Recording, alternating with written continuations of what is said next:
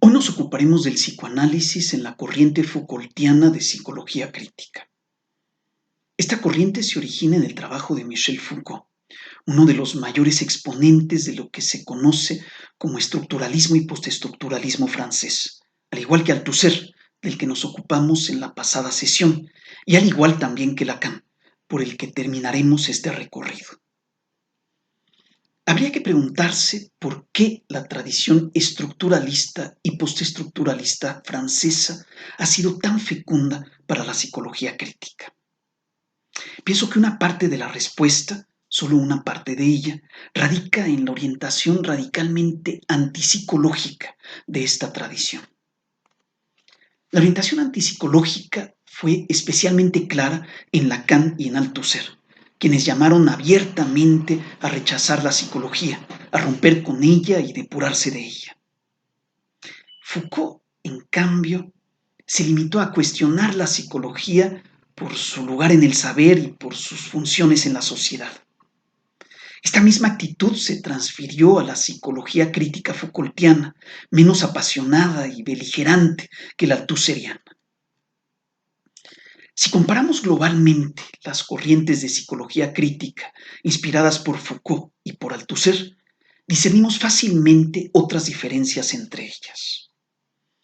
Una diferencia muy significativa, quizás de orden cultural, es que los herederos de Foucault se concentraron en los países de habla inglesa, mientras que los de Althusser estuvieron más bien en los contextos francés y latinoamericano, en especial argentino.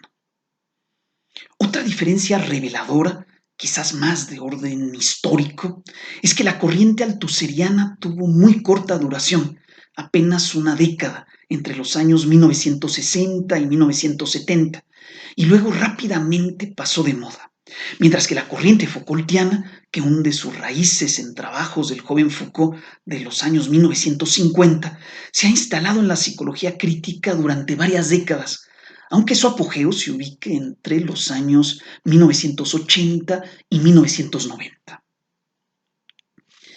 Pienso que tanto la persistencia de la corriente Foucaultiana como su éxito en la psicología crítica de habla inglesa pueden explicarse por dos factores. Uno es que los argumentos de Foucault y de sus seguidores, en comparación a los del Althusser y los althusserianos, son argumentos más evidentes, más fáciles de entender, más acordes con el sentido común, menos complejos y abstractos. El otro factor que explica el éxito de los Foucaultianos es que sus ideas son bastante consonantes con el aire de los tiempos, con lo que vino después del derrumbe del socialismo real, con el espíritu posmoderno y posmarxista de finales del siglo XX. No quiero decir, desde luego, que los Foucaultianos sean posmodernos, porque no lo son, pero sí pienso que el posmodernismo puede acogerlos mejor que a los marxistas, particularmente cuando se trata de los incómodos marxistas althusserianos. Lo interesante es que el origen más remoto de la psicología crítica Foucaultiana se encuentra en el marxismo y en la órbita althusseriana. Me refiero a la obra temprana de Foucault, de nombre Enfermedad Mental y Psicología, de 1954, en la que Foucault, apadrinado por Althusser, hace gala de una fina sensibilidad marxista. La idea central del texto de Foucault es que las tensiones, las contradicciones y los conflictos de la cultura se revelan a través de la locura y se disimulan en la psicología. La función de los psicólogos es precisamente encubrir lo que nos descubren los enfermos mentales. Mientras que los locos expresan el desgarramiento trágico de la experiencia humana, los psicólogos lo acallan y lo olvidan. Los psicólogos existen porque el mundo no desea reconocer eso que se expresa en los enfermos mentales. Es por esto mismo que el mundo encierra a los locos en instituciones y en descalificaciones clasificatorias. Además de contraponer la enfermedad mental y la psicología, el texto de Foucault de 1954 se refiere también al psicoanálisis. Este parece distinguirse aquí de la disciplina psicológica. Mientras que la psicología oculta la experiencia humana desgarrada en la cultura, el psicoanálisis la manifiesta, pero la manifiesta de modo mitológico, a través de categorías como el amor y el odio, en la ambivalencia o las pulsiones de vida y de muerte. Esta idea es muy sugerente porque hace que el psicoanálisis ocupe una posición extraña, equidistante con respecto a la psicología y la enfermedad mental. La herencia freudiana es reveladora, como la locura, porque nos revela el aspecto negativo y contradictorio de la experiencia humana. Sin embargo, al mismo tiempo, el psicoanálisis tiene algo de encubridor como la psicología, pues mitologiza lo que nos descubre, imaginando ambivalencia o conflictos entre el yo y el ello, en lugar de hablarnos de luchas de clases, de explotación, de competencia, de rivalidad grupal o de relaciones económicas. De cualquier modo, a pesar de esta mitologización, la perspectiva psicoanalítica se distingue de la psicológica por no empecinarse en negar las contradicciones, así como la muerte y lo que Foucault llama la potencia de lo negativo. La distinción Foucaultiana entre la negatividad psicoanalítica y la positividad psicológica reaparece en 1966 al final del libro Las palabras y las cosas. Aquí Foucault se representa al psicoanálisis como una forma de crítica y de inquietud ante el saber positivo de la psicología, el cual, obedeciendo la misma lógica de la biología de la que proviene, aporta las normas, las funciones y la adaptación como elementos definitorios de lo humano. La humanidad nace como algo funcional, normado y adaptable. Nace así positivamente de la psicología como de otras ciencias humanas, pero nace acechada por lo negativo, por la muerte desconocida por la psicología, pero no por el psicoanálisis. En 1966, como en 1954, la negatividad psicoanalítica se distingue de la positividad psicológica por su reconocimiento de la muerte. En 1966, Foucault nos dice que el psicoanálisis reconoce la muerte como fundamento de la vida. Mientras que la psicología limita su atención a la vida entendida biológicamente como algo con funciones y normas, el psicoanálisis piensa en el horizonte de la muerte. De igual modo, el psicoanálisis, según Foucault, va de frente hacia el inconsciente, mientras que la psicología le da la espalda. Así como en el Foucault de 1954, la psicología era olvido y encubrimiento de las contradicciones humanas, así en el Foucault de 1966 es negación e ignorancia de la muerte y del inconsciente. En ambos casos, para Foucault, el saber positivo psicológico rechaza la negatividad que nos es recordada por el psicoanálisis. Es a partir de esta negatividad, en nombre de ella, que la teoría psicoanalítica puede operar como inquietud y como crítica, y así preocupar, incomodar y perturbar a la psicología. En los años 1960, Foucault planteaba la cuestión de la psicología en términos de saber psicológico, y la insertaba en su proyecto de una arqueología del saber. Posteriormente, en los años 1970, Foucault planteaba la misma cuestión más en términos de poder. La insertaba en su proyecto de una genealogía del poder y la conectaba con su concepto cardinal de biopolítica. Por ejemplo, en 1975, en Vigilar y Castigar, la práctica psicológica se ubica en la filiación genealógica de la disciplina y, de modo más preciso, procede genealógicamente del examen, de la normalización y de la producción del individuo, de su subjetivación para su control y su dominación.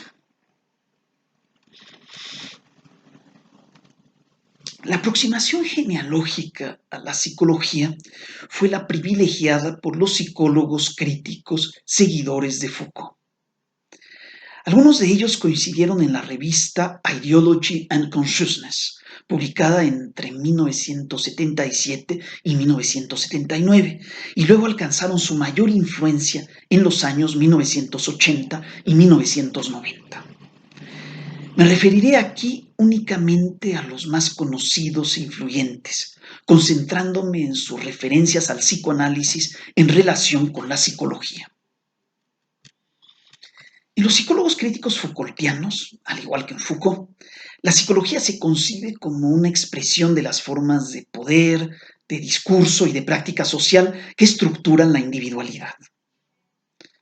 Esto lo explican muy bien tres de los más influyentes psicólogos críticos Foucaultianos, Diane Adlam, Julian Enríquez y Nicholas Rose, en un texto programático de 1977, publicado en el primer número de Ideology and Consciousness. Allí muestran que lo distintivo del enfoque Foucaultiano de psicología crítica es la concepción de la psicología como algo que permite constituir y luego dominar al sujeto, y no solo como algo que interviene sobre él, sobre el sujeto, después de su constitución, para adaptarlo, engañarlo, oprimirlo, deshumanizarlo o mutilarlo de partes de su ser. Para los psicólogos críticos que siguen a Foucault, el psicoanálisis no se confunde con la psicología como objeto de la crítica. Lo criticado por la psicología crítica Foucaultiana es habitualmente lo psicológico y no lo psicoanalítico. Sin embargo, a diferencia de lo que ocurría en los althusserianos, el psicoanálisis tampoco suele ser aquí un recurso teórico de la psicología crítica, aunque hay algunas excepciones.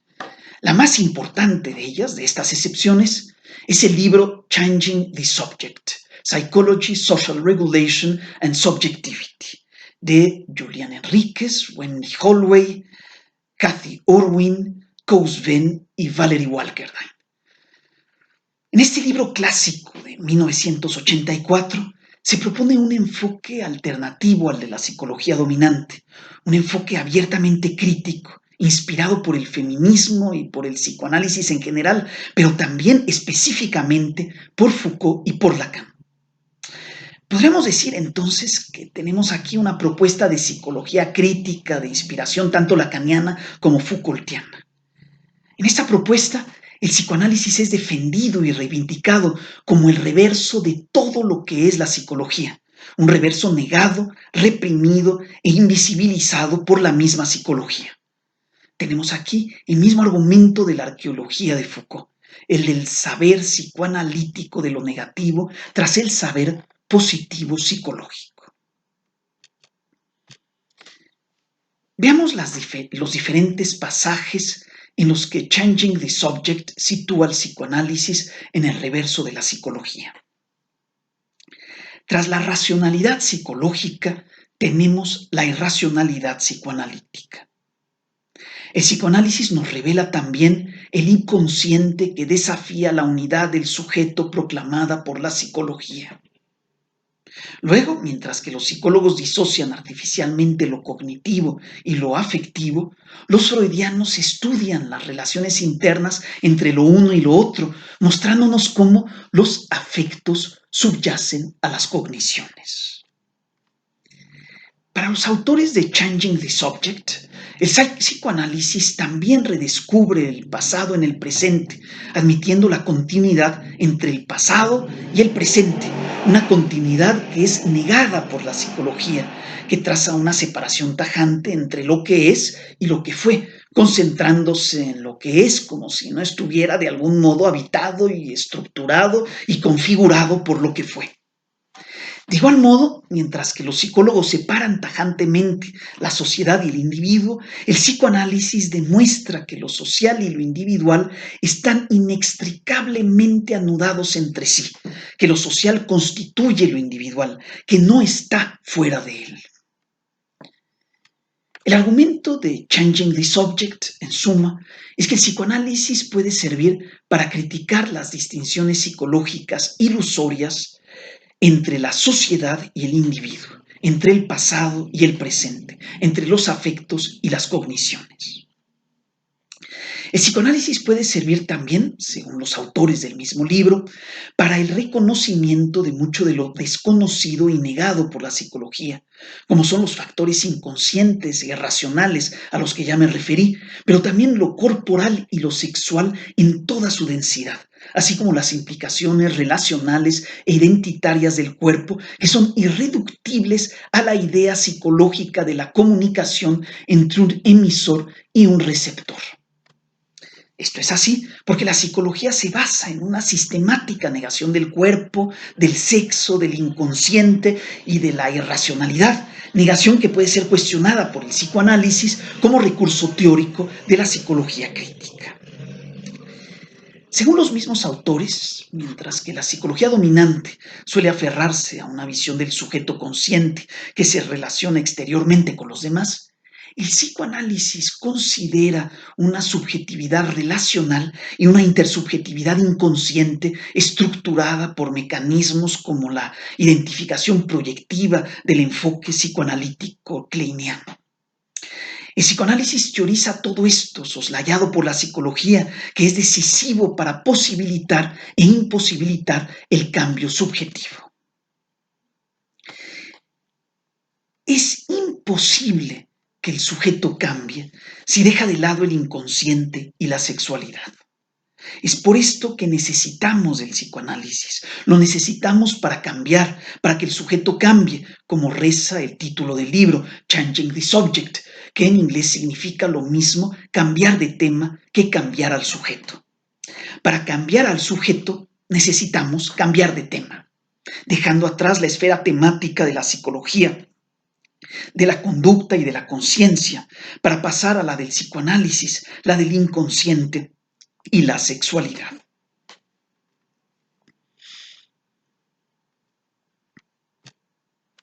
Aunque el psicoanálisis se ha visto como una salida para escapar de los estrechos límites de la psicología, los autores de Changing the Subject son conscientes, como lo eran los althuserianos y otros, de que una parte de lo psicoanalítico se ha dejado neutralizar, domesticar, así como recuperar y reabsorber ya por lo psicológico. Es por esto que argumentan que debe distinguirse en el psicoanálisis entre lo aún subversivo y lo ya conformista, convertido en un simple dispositivo técnico, terapéutico, psicológico. También es preciso historizar al psicoanálisis, lo que nos permitirá liberarlo de su carga patriarcal. Este vínculo del psicoanálisis con el patriarcado, fundamental para los autores de Changing the Subject, hace que el psicoanálisis deje de ser un recurso teórico de la crítica y se convierta por un momento en un objeto criticado por los autores de este libro. Poco después de la publicación de Changing the Subject, Nicholas Rose publicó una serie de 3 libros que son también clásicos del enfoque Foucaultiano de la psicología crítica. El primero fue The Psychological Complex, de 1985. Luego vino Governing the Soul, en 1989. Y finalmente Inventing Ourselves, en 1996. Nicholas Rose concibe la psicología como un dispositivo técnico en el que los sujetos son producidos, disciplinados, individualizados, evaluados en sus conductas y capacidades, clasificados, distribuidos y organizados para ser después gobernados y explotados. Todo esto hace que los psicólogos participen en lo que Rose denomina el complejo psi, que es una red de discursos, prácticas y técnicas en la que también participan psiquiatras, pedagogos, trabajadores sociales y otros profesionales. Entre esos agentes del complejo psi podríamos incluir a los psicoanalistas, al menos a los representantes de una psicología psicoanalítica, pues el psicoanálisis como tal parece tener nuevamente un estatuto más complejo en Rose, como en los demás Foucaultianos y como en el mismo Foucault. El psicoanálisis aparece habitualmente en Rose como algo con lo que se contrasta la psicología que se está criticando. En Governing the Soul, por ejemplo, la disciplina psicológica se define como una ciencia del ajuste, de la adaptación, de la satisfacción o del contentamiento social, con la que se busca escapar del malestar inherente a la civilización al que se refería Freud. De igual modo, en Inventing Ourselves, Freud nos ofrece una visión trágica en la que no podemos escapar del sufrimiento, en la que tan solo podemos consolarnos con ilusiones, lo que se contradice diametralmente con la visión psicológica y psicoterapéutica en la que el sufrimiento no debe ser soportado, sino replanteado por expertos, psicólogos y gestionado como un desafío y como un estímulo para los poderes del sí mismo. De lo que se trata, en definitiva, en la psicología, es de anular todo lo que Freud toma tan en serio: la queja, la frustración, la decepción y la muerte. La reflexión de Nicholas Rose es perfectamente consonante con la de Foucault.